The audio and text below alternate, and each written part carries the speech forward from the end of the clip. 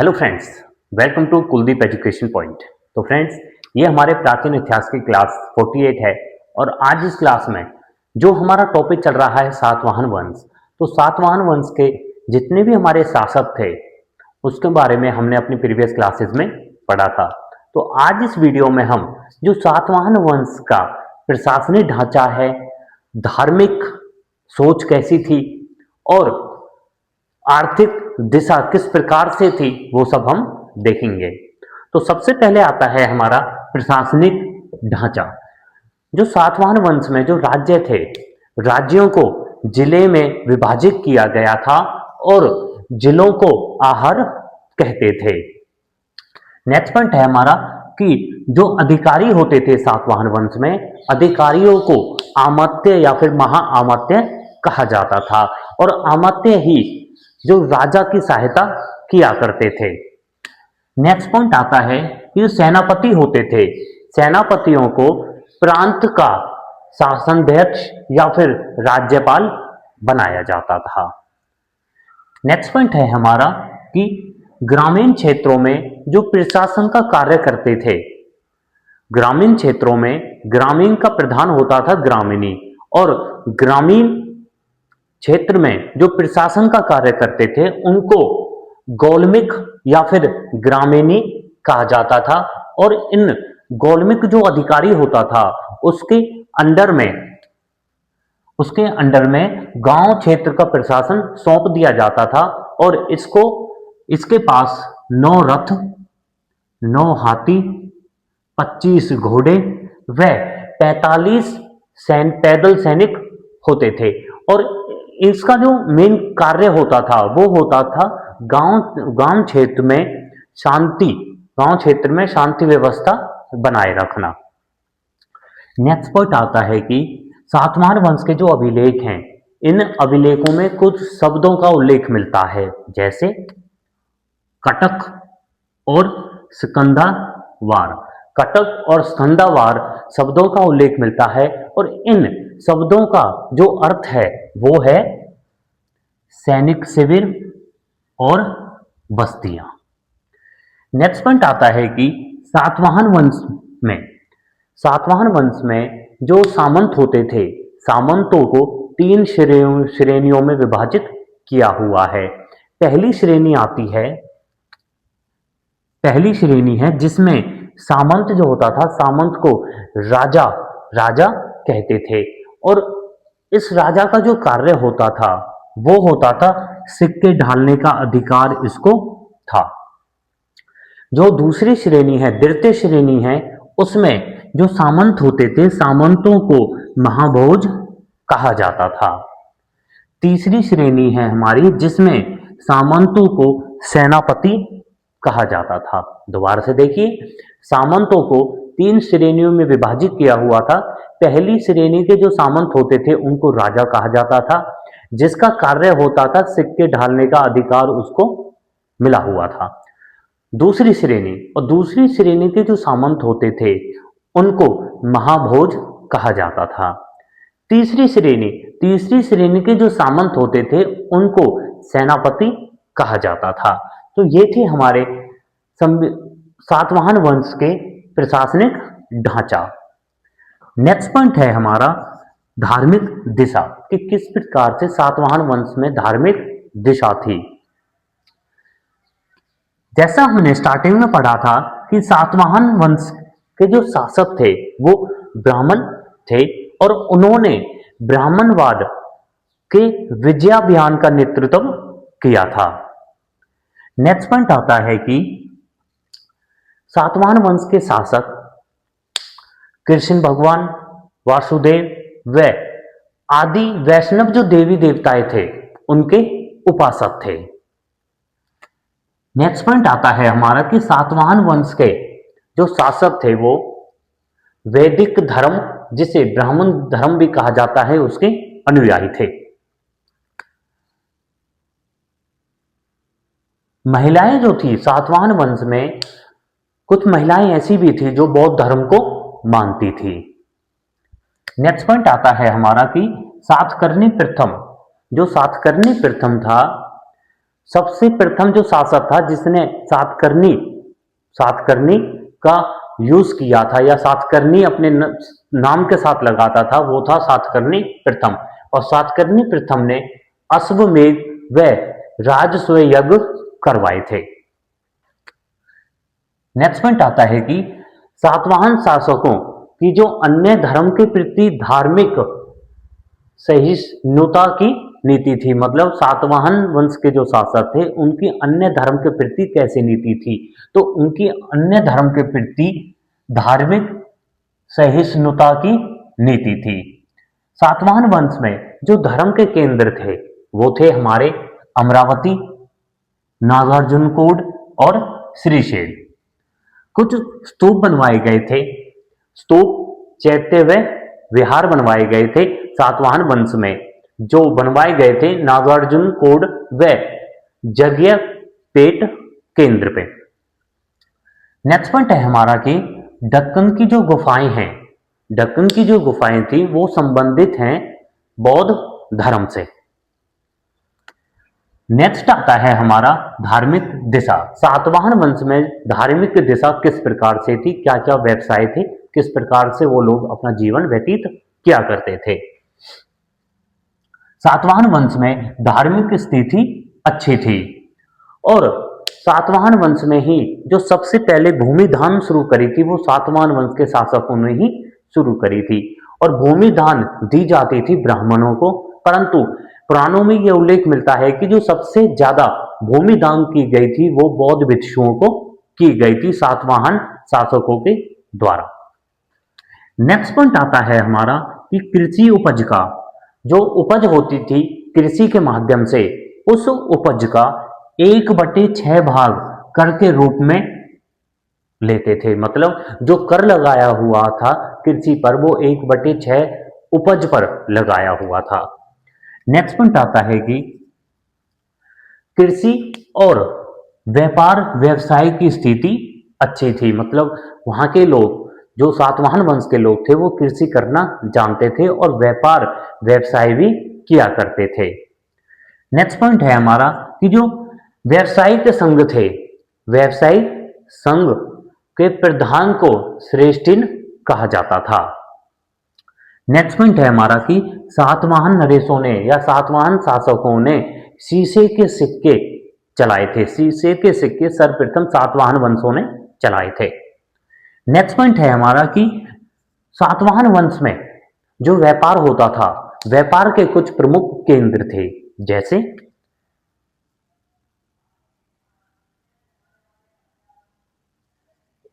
श्रीलंका, जावा, Sumatra और रोम। तो ये केंद्र थे जहां पे सातवाहन वंश के शासक अपना व्यापार किया करते थे। उसके बाद आते हैं सातवाहन वंश में कुछ प्रमुख बंदरगाह भी थे। तो दक्कन के पूर्वी क्षेत्र की जो बंदरगाह हैं वो हैं हमारे कंटकोसील, कैदूर, कंटकोसील, कोदूर और अल्लोसिके। तो ये 3 जो बंदरगाह हैं वो हमारे दक्कन के पूर्वी तट के बंदरगाह थे। नेक्स्ट पॉइंट है हमारा कि दक्कन के पश्चिमी तट के जो बंदरगाह हैं वो हैं हमारे सोपारा, बैरीगाजा जिसे बड़ौच भी कहते हैं और कल्याण। तो ये थे हमारे पूर्वी तट के बंदरगाह और पश्चिमी तट के बंदरगाह। नेक्स्ट जो आता है वो आता है हमारा कि सातवाहन वंश में किस प्रकार की कला थी, कैसी संस्कृति थी और कौन से वो भाषा व लिपि का प्रयोग किया करते थे। तो सातवाहन वंश के जो लोग थे वो प्राकृतिक भाषा का उपयोग किया करते थे और लिपि थी ब्राह्मी। एक शासक था जो हमने पढ़ा था हल शासक, और हल शासक ने गाथा सप्तशती, गाथा सप्तशती एक काव्य की रचना करी थी और इस गाथा सप्तशती का जो रस प्रधान था वो था हमारा श्रृंगार रस प्रधान, और इसकी रचना शासक हल ने प्राकृतिक भाषा में की गई थी। नेक्स्ट पॉइंट है हमारा कन्हेरी अभिलेख में यह उल्लेख मिलता है कि सातवाहन वंश सातवाहन वंश की रानियों ने संस्कृत भाषा का प्रयोग किया था। वैसे तो सातवाहन वंश की जो भाषा थी वो थी प्राकृतिक भाषा, परंतु एक अभिलेख ऐसा भी है जिसमें सातवाहन वंश की रानियों ने संस्कृत भाषा का प्रयोग किया है, और वो अभिलेख है हमारा कन्हेरी का अभिलेख। नेक्स्ट पॉइंट है हमारा कि लेखों में जो सातवाहन वंश में जो लेख मिले हैं, उन लेखों के अनुसार अमरावती स्तूप का नाम धान्य कटक मिला है। और अमरावती स्तूप की जो खोज करी थी वो 1797 में कर्नल मैकेजे ने करी थी, और इसका उत्खनन इलियट ने किया था 1840 में।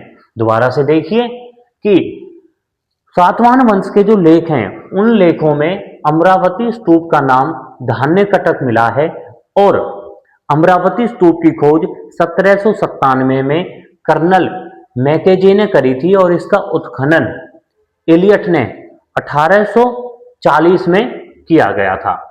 नेक्स्ट पॉइंट है हमारा कि नागार्जुन कोट जो स्तूप है इसका अन्य नाम विजयपुरी मिला है, और नागार्जुन कोड इस स्तूप को इक्ष्वाकु नरेश मराठी पुत्र वीर पुरुष ने इसका निर्माण करवाया था। और नागार्जुन कोड की जो खोज की थी वो 1926 में लाघहस्ट नामक विद्वान ने करी थी, और 1926 से 1956 तक कई बार इस स्तूप का उत्खनन हुआ है। नेक्स्ट पॉइंट आता है कि सातवाहन वंश के दौरान कई स्तूपों का निर्माण किया गया था, जैसे अमरावती स्तूप जो हमने अभी किया है, नागार्जुन कोड स्तूप जो हमारा ये रहा। उसके बाद है कि इन स्तूपों के अतिरिक्त भी दक्कन क्षेत्र के कृष्णा नदी व गोदावरी नदी के बीच में कुछ स्तूपों का निर्माण हुआ है, जैसे भट्टी पोलू, पेऊगंज, गोली, जगियापेट और घंटसाल। तो ये थे हमारे कुछ स्तूप जिनका निर्माण दक्कन क्षेत्र के कृष्णा व गोदावरी नदी के बीच में हुआ था। नेक्स्ट पॉइंट आता है हमारा कि चित्रकला क्षेत्र, जो चित्रकला क्षेत्र होता है, चित्रकला क्षेत्र में अजंता शाखा में सातवाहनों से प्रारंभ हुई थी। मतलब अजंता शाखा में जो चित्रकला का प्रारंभ हुआ था वो सातवाहनों ने ही प्रारंभ किया था। फिर आता है हमारा सातवाहन वंश के भौतिक संस्कृति के पहलू। तो सातवाहन वंश के द्वारा शीशे व लीड के सिक्के चलाए गए थे, और ये सिक्के हमें दक्कन क्षेत्र से प्राप्त हुए थे। सातवाहनों पे जो सिक्के चलाए गए थे वो शीशे के सिक्के थे, और ये सिक्के हमें दक्कन क्षेत्र से प्राप्त हुए थे। सातवाहन शासकों ने पोटील, तांबे और कांसे के सिक्कों का निर्गमन किया था। नेक्स्ट पॉइंट है हमारा कि करीमनगर जिला जो आंध्र प्रदेश में है, और इस करीमनगर जिले के पेडूर बंकर क्षेत्र में जो करीमनगर जिले में है उसमें पक्की ईंट और छत में लगने वाले चिपटे छेदार खपड़े का प्रयोग पाया गया है, और ये जो प्रयोग पाया गया है ये 200 ईसा पूर्व से 200 ईसा के बीच में पाया गया है। नेक्स्ट पॉइंट है हमारा कि द्वितीय शताब्दी में, जो दूसरी शताब्दी थी, द्वितीय शताब्दी में ईंटों के बने 22 कुएं भी इस स्थान से प्राप्त हुए हैं। नेक्स्ट पॉइंट आता है कि रोमन और सातवाहन साम्राज्य के बीच व्यापार हुआ करता था, और इस व्यापार की जो जानकारी मिलती है वो हमें अभिलेख और सिक्कों के माध्यम से मिलती है। तो ये था हमारा सातवाहन वंश। और अब जो हमारा देशी रियासत का अंतिम वंश है कलिंग के चेदी वंश, उसको स्टार्ट करेंगे। तो नेक्स्ट है हमारा नेक्स्ट जो वंश आता है, जो हमारा फोर्थ वंश है देसी रियासत का, वो है हमारा कलिंग का चेदी राजवंश। तो कलिंग क्षेत्र में, कलिंग जिसका आधुनिक नाम उड़ीसा है, वहां पर चेदी राजवंश की स्थापना हुई थी। और इस चेदी राजवंश की जो स्थापना करी थी वो महामेघवाहन ने की थी। तो चेदी वंश का जो संस्थापक माना जाता है वो माना जाता है महामेघवाहन। चेदी वंश का जो सबसे शक्तिशाली या सबसे प्रतापी राजा माना गया है, शासक माना गया है, वो है खारवेल शासक। और खारवेल शासक की जो हमें जानकारी मिलती है वो हमें हाथी गुफा अभिलेख से मिलती है। हाथी गुफा अभिलेख से हमें खारवेल शासक के शासन की जानकारी मिलती है कि कितने, कौन से वर्ष से कौन से वर्ष तक इन्होंने शासन किया था, और खारवेल शासक की राजनीतिक, सामाजिक और इन खारवेल शासक के द्वारा जो कार्य करवाए गए थे उनकी जानकारी मिलती है। तो चेदी राजवंश का जो सबसे शक्तिशाली राजा था वो था खारवेल शासक। और खारवेल शासक की जो जानकारी मिलती है हमें हाथी गुफा अभिलेख से मिलती है। हाथी गुफा अभिलेख जिस स्थान से हमें प्राप्त हुआ था वो स्थान उड़ीसा में है, और वो स्थान है उदयगिरी खंडगिरी पहाड़ी पर है, और ये पहाड़ियां हैं उड़ीसा राज्य में, जिसका प्राचीन नाम है कलिंग। खारवेल जो शासक था, खारवेल शासक जैन धर्म का अनुयायी था, मतलब खारवेल शासक जैन धर्म को मानता था। नेक्स्ट पॉइंट है हमारा कि नंदराज शासक के द्वारा एक नहर खुदवाई गई थी। नंदराज शासक के द्वारा एक नहर खुदवाई गई थी, परंतु इस नहर का जो विस्तार किया था वो किया था खारवेल शासक ने। और इस नहर का जो विस्तार किया था खारवेल शासक ने वो तनुसुली क्षेत्र से कलिंग क्षेत्र तक किया था।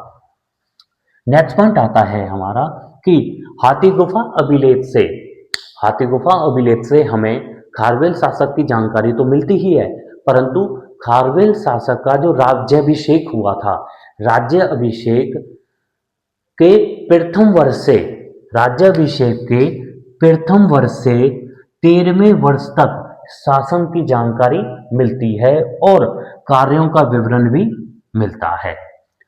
नेक्स्ट पॉइंट है हमारा कि खारवेल शासक ने अपने राज्याभिषेक के 11वें वर्ष, राज्याभिषेक के 11वें वर्ष खारवेल शासक ने पिंथुंड नगर, पिंथुंड नगर जो मद्रास में है, पिंथुंड नगर में गधों का हल चलाया था। नेक्स्ट पॉइंट है हमारा कि हाथी गुफा अभिलेख में सर्वप्रथम भारतवर्ष का उल्लेख मिलता है। सर्वप्रथम भारतवर्ष का उल्लेख मिलता है हमें हाथी गुफा अभिलेख में। नेक्स्ट पॉइंट है हमारा कि खारवेल शासक को कुछ उपाधियां मिली थी, जिनमें से महत्वपूर्ण उपाधि है चक्रवर्ती। खारवेल शासक को चक्रवर्ती भी बुलाया जाता था, और इस उपाधि की जो जानकारी मिलती है हमें वो मिलती है रानी के अभिलेख से। रानी के अभिलेख से हमें यह जानकारी मिलती है कि खारवेल शासक को चक्रवर्ती भी बुलाया जाता था। नेक्स्ट पॉइंट है हमारा कि खारवेल शासक की कुछ अन्य उपाधियां भी हैं, जैसे राजर्षि, सम्राट, महाविजयराज, धर्मराज, भिक्षुराज और वृद्धराज। तो ये हैं कुछ उपाधियां खारवेल शासक की। फिर आता है हमारा नेक्स्ट पॉइंट,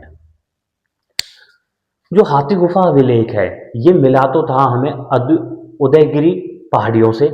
उदयगिरी पहाड़ियां जो कलिंग में हैं, मतलब उड़ीसा में हैं, परंतु इसकी जो खोज हुई थी, इसकी जो खोज बताई जाती है वो प्रथम शताब्दी में मानी जाती है। मतलब हाथी गुफा अभिलेख की खोज जो मानी जाती है वो प्रथम शताब्दी में मानी जाती है। नेक्स्ट पॉइंट है हमारा कि मगध पर खारवेल शासक ने मगध पर आक्रमण किया था। वह जिन शीतनाथ की मूर्ति जीती थी, जिन शीतनाथ जैन धर्म के संत थे, इनकी मूर्ति जीती थी खारवेल शासक ने जब इन्होंने मगध पर आक्रमण किया था। तो फ्रेंड्स ये थे हमारे देसी रियासतों ने, जो मौर्य काल के बाद जो देसी रियासतों के वंश चले थे, जिनमें से महत्वपूर्ण हैं हमारे शुंग वंश, कण्व वंश, सातवाहन वंश और हमारा चेदी वंश। तो हम अपनी नेक्स्ट वीडियो में जो विदेशी आक्रमण हुए थे मौर्य उत्तर काल में, उनके बारे में पढ़ेंगे। Thank you.